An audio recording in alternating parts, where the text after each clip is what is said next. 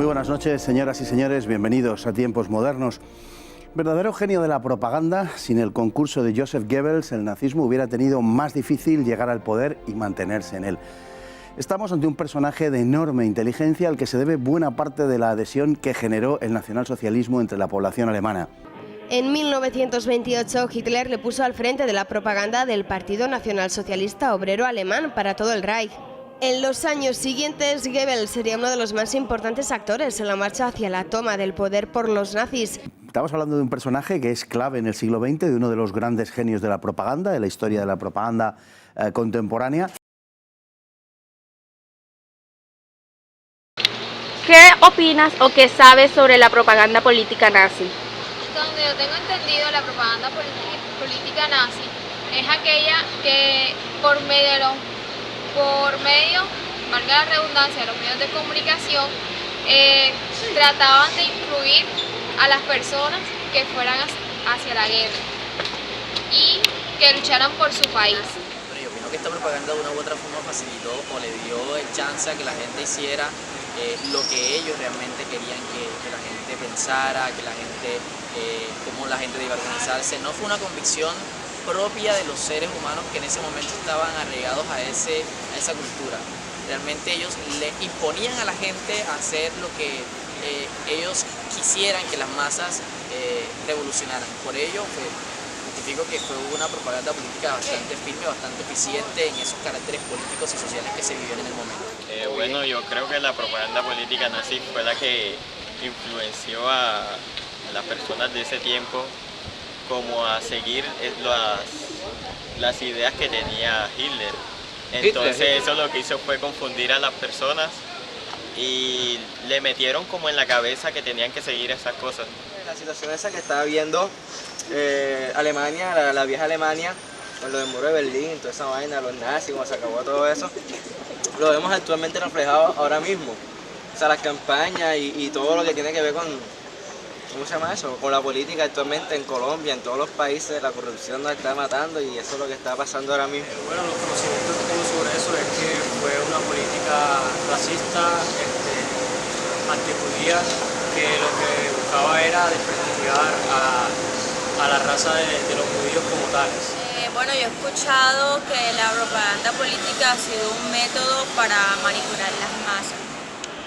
Bueno, lo que he escuchado de la propaganda nazi es que ha sido un método masivo para controlar las masas, valga la redundancia, y poder ejercer un control político y también psicológico para poder llevar a cabo la dictadura que se llevó en ese entonces por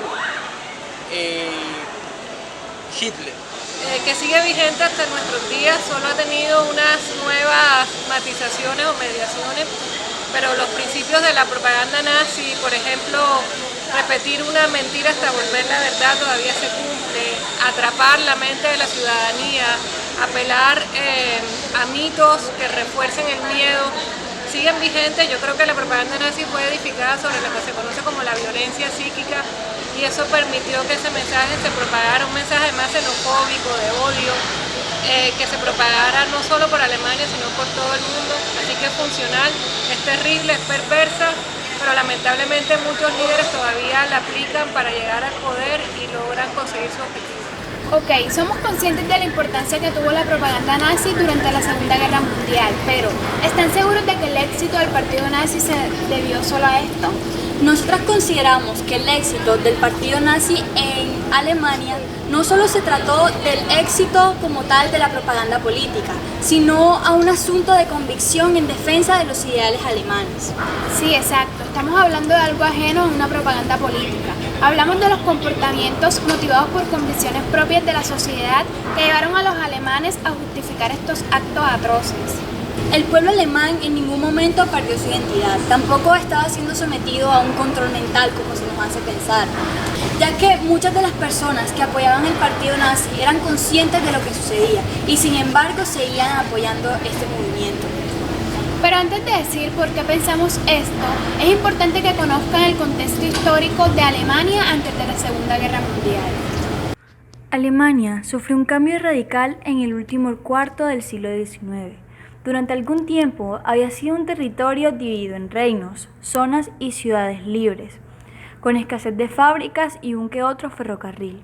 Sin embargo, en el año 1910, la intervención de Alemania en el comercio mundial era mayor a la de Estados Unidos, y la única nación que la superaba era el Reino Unido.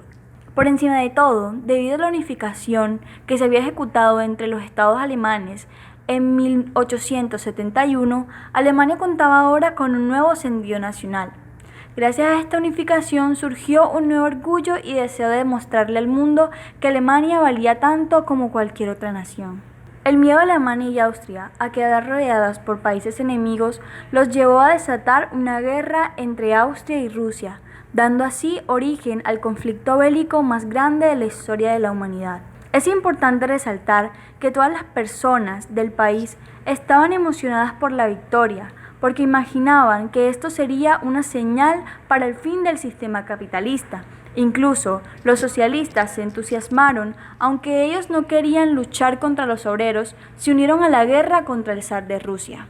En Europa, el final de la guerra desató un pensamiento que sumergía a la sociedad en la necesidad de un mandatario que pudiera sacar a los países de la crisis, es decir, una mano fuerte. En los años 1917, millones de personas se dieron cuenta de que oponerse a cierto comunismo era terminar o acabar muerto. El odio de otros países hacia Alemania la llevaría a la humillación. Dichos países exclamaban lo siguiente: Alemania va a ser exprimido como limón hasta que no se vean las pepitas. Los opositores estaban ideando planes para avanzar con esas humillaciones. A su vez, Alemania estaba resentida por el Tratado de Versalles y consideraban este tratado como símbolo de vergüenza. Además, en Alemania, desde antes de 1914, se infundió un espíritu guerrero para demostrar que no se estaba debilitando. Durante la posguerra, el nacionalismo se fue expandiendo y aumentando, dando así paso a la aparición de nuevas dictaduras. Los militares de ese entonces se encontraban molestos con la República de Weimar. Estos militares estaban dispuestos a unirse al Partido Obrero Alemán, al que Hitler se unió el 16 de octubre de 1919. Poco después, Hitler le cambió el nombre añadiéndole a este nacionalsocialista. Este partido iba a ser conocido tiempo después como el Partido Nazi. Ok, como lo pudimos ver anteriormente, Alemania salía de una enorme crisis producto de la Primera Guerra Mundial. Entonces, Hitler llegaba como único posible salvador de una nación en ruinas. Como ya la mayoría de personas en el mundo sabe que Hitler era un excelente orador y en sus discursos y escritos plasmaba sus ideologías, proyectándolas de una forma sus intenciones honestamente con la nación. Sus ideales eran compartidos por millones de personas, las cuales se sentían identificadas con su pensamiento. Además de eso, tenían el profundo sentimiento de vengar a su patria. Entonces, esto de una u otra manera llevó a que los discursos de Hitler fueran pregonados con orgullo. Por esta razón, decir que el éxito de los nazis fue producto o efecto de los medios de comunicación es total una equivocación, ya que bajo esta lógica los medios de comunicación solo servían o debían reforzar los pensamientos nazis que ya estaban en la sociedad. No podemos negar que los medios de comunicación tuvieron un gran impacto, especialmente en aquellas personas que no estaban convencidas del todo, pero su éxito no se limita solo a eso, sino que tiene un pensamiento más trascendental, que tiene, entre muchas comillas, una justificación histórica que fue explicada anteriormente. La mayoría de las clases sociales apoyaban a Hitler, incluyendo las élites, tanto política y militar, especialmente grandes empresarios como ThyssenKrupp y Siemens, incluyéndole a grandes pensadores de la época como Martin Heidegger. Estos también se mostraron de acuerdo con este régimen, lo que significó una sociedad unilateral con respecto a esta ideología. Por otro lado, Hitler en ningún momento intentó ocultar sus planes. Por el contrario, sus conferencias y discursos giraban en torno a la idea de dominar por el poder y de acabar con todas aquellas personas que de una u otra forma degradaban la raza aria. Este afirmaba que si era necesario enfrentar una guerra para esto, se haría sin pensarlo dos veces, idea que el pueblo alemán compartía sin mayor disgusto. Es más, en el libro Mein Kampf se plasma la idea de que la guerra es una concepción propia de los líderes, es decir, algo que Hitler haría si llegaba al poder supremo en Alemania. A veces siento que pasaba algo como esto. Queremos que regrese a la Alemania de antes, una Alemania donde todo era perfecto con Hitler. Aunque hacía cosas cuestionables, era por el bien de nuestra sociedad, nuestra familia y nuestros hijos. Para nosotros fue un nuevo comienzo, porque reconstruyeron las familias, ciudades enteras y un país que estaba de... Chicos, no pueden decir eso, la directora se va a enojar. Ustedes no pueden decir eso, ya lo hemos hablado antes. Tienen que fingir que nada sucedió, que ustedes no vieron nada, que no sabían que manipulaban a ustedes. Eso es lo que quiero, emoción. Y retomemos. Nosotros no sabíamos nada, no sabíamos del holocausto ni de la muerte de millones de judíos. Para nosotros fue muy devastador enterarnos que tantas personas murieron en los campos de concentración a manos de alemanes como nosotros.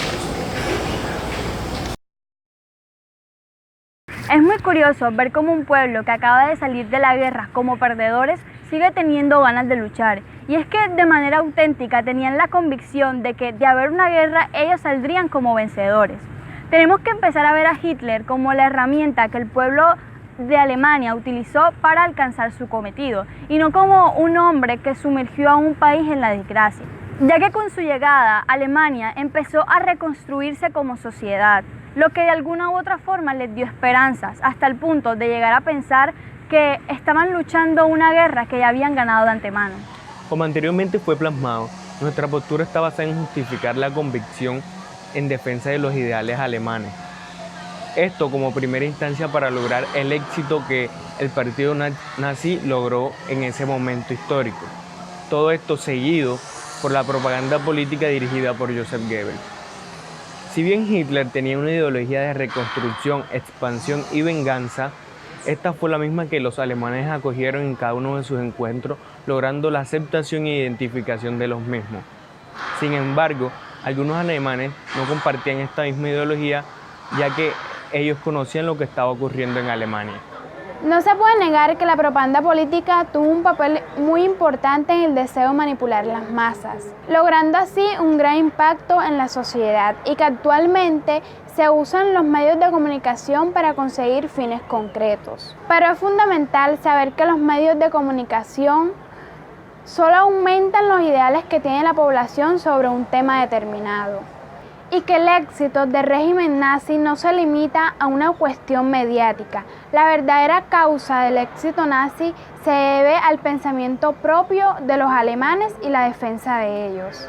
Alemania acaba de salir de una guerra y fue Hitler la herramienta perfecta para superar una crisis en la que se encontraban sumergidos.